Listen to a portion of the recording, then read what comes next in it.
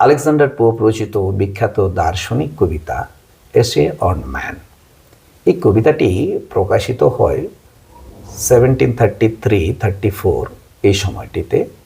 ইংরেজি সাহিত্যের নিও ক্লাসিক্যাল যুগের অন্যতম শ্রেষ্ঠ কাব্য এসে অন ম্যান। কবিতাটি মূলত মানুষের অবস্থান, সীমাবদ্ধতা, ঈশ্বরের পরিকল্পনা এবং মানব জীবনের উদ্দেশ্য সম্পর্কে একটি গভীর অনুসন্ধানের প্রচেষ্টা। পোপ এখানে মানুষের প্রতি একটি প্রশ্ন ছুড়ে দিয়েছেন: মানুষ কি সত্যি সব কিছু জানার যোগ্য? এই বিশাল বিশ্ব ব্যবস্থায় মানুষের স্থান কোথায়? চলুন কথা বলি কবিতার উদ্দেশ্য ও গঠন নিয়ে। অ্যান এশিয়ান ম্যান 4টি এপিসেল বা অংশে বিভক্ত আছে। প্রথম এপিসেল 1, মানুষ এবং এই মহাবিশ্ব। এপিসেল 2 অর্থাৎ দ্বিতীয় অংশ, মানুষ এবং আত্মা। এপিসেল 3 অর্থাৎ তৃতীয় অংশ, মানুষ ও সমাজ। এবং এপিসেল 4 বা চতুর্থ অংশ, শেষ অংশ, যেটি মানুষ ও সুখ, এই নিয়ে আলোচনা হয়েছে।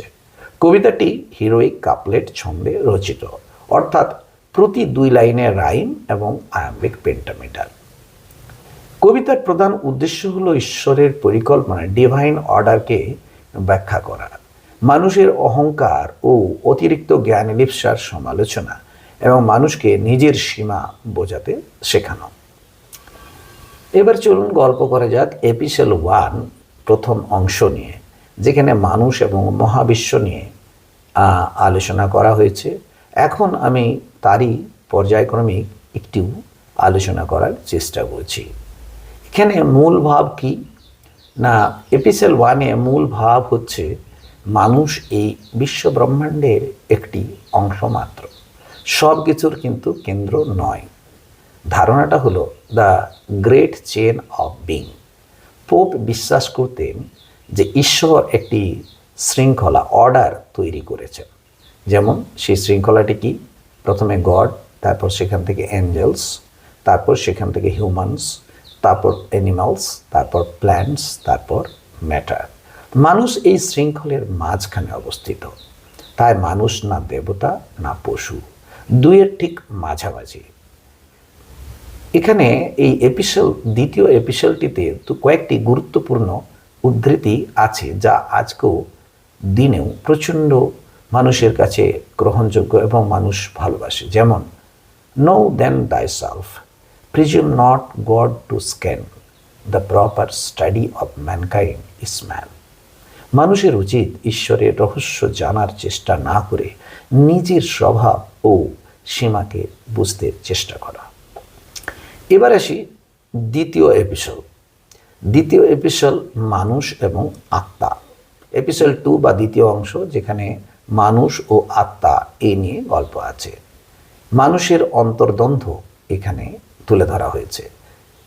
রিজন, বুদ্ধি বনাম পেশন বা আবেগ। আলেকজান্ডার পোপ মনে করেন আবেগ খারাপ নয়, বরং তার নিয়ন্ত্রণে আনাই বুদ্ধিমানের কাজ। Two principles in human nature reign: self-love to urge and reason to restrain. Self-love to urge and reason to restrain. Self-love মানুষকে কাজ করতে উদ্বুদ্ধ করে, রিজন তাকে সীমার মধ্যে ধরে রাখে। এবার এপিসোড 3 বা তৃতীয় অংশ, মানুষ ও সমাজ, এই নিয়ে আমরা কথা বলি। তৃতীয় অংশে মানুষ এবং সমাজ ব্যাখ্যা করা হয়েছে। এখানে বলা হয়েছে মানুষ একা বাঁচতে পারে না, সমাজ অপরিহার্য। আলেকজান্ডার পোপ মনে করেন সমাজে অসমতা খুবই স্বাভাবিক ঘটনা, প্রত্যেকে নিজ নিজ ভূমিকা পালন করে, মানুষ কোথাও কিন্তু আলাদা আলাদা না, প্রত্যেকে এই অসমতাটা স্বাভাবিক। Order is heaven's first law. বিশ্ব এবং সমাজ দুটোই শৃঙ্খলার উপরে দাঁড়িয়ে থাকে। এবার আমরা এপিসোড 4 বা মানুষ ও সুখ এই নিয়ে Alexander pope R essay on man গ্রন্থে কি বলেছেন সেটা নিয়ে আমরা একটু আলোচনা করব। আলোচনায় যে সুখ কোনো বাহ্যিক সম্পদে পাওয়া যায় না, সুখ কোনো বাহ্যিক সম্পদে পাওয়া যায় না। ভার্চু বা নৈতিকতা ও কন্টেনমেন্ট বা তৃপ্তিতেই সুখ, প্রকৃত সুখ লুকিয়ে থাকে। ভার্চু বা নৈতিকতা ও কন্টেনমেন্ট বা তৃপ্তিতেই প্রকৃত সুখ থাকে। Oh happiness our being's aim and M.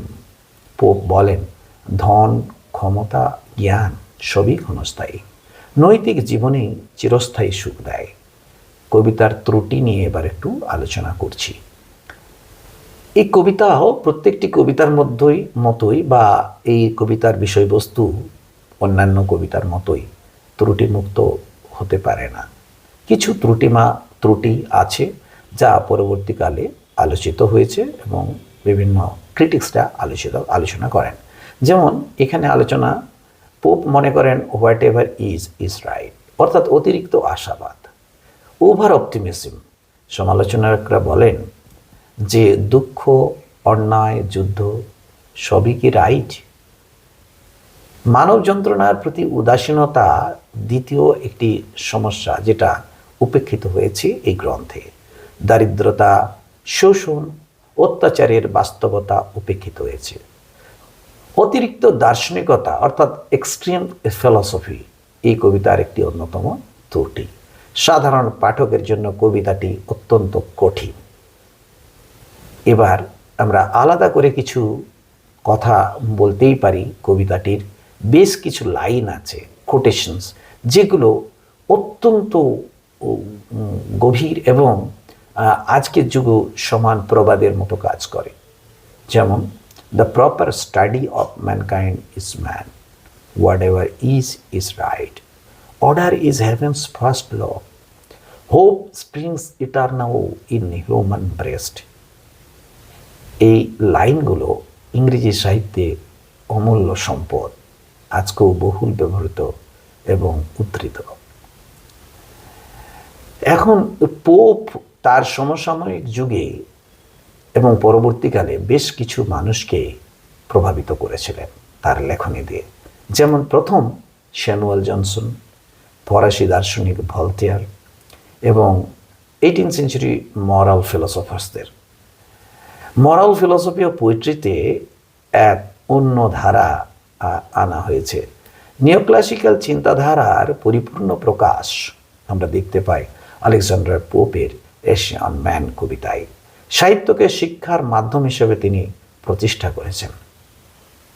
Asian man শুধু তাই কবিতা নয়, এটি মানুষের অহংকারের বিরুদ্ধে একটি সতর্কবার্তা।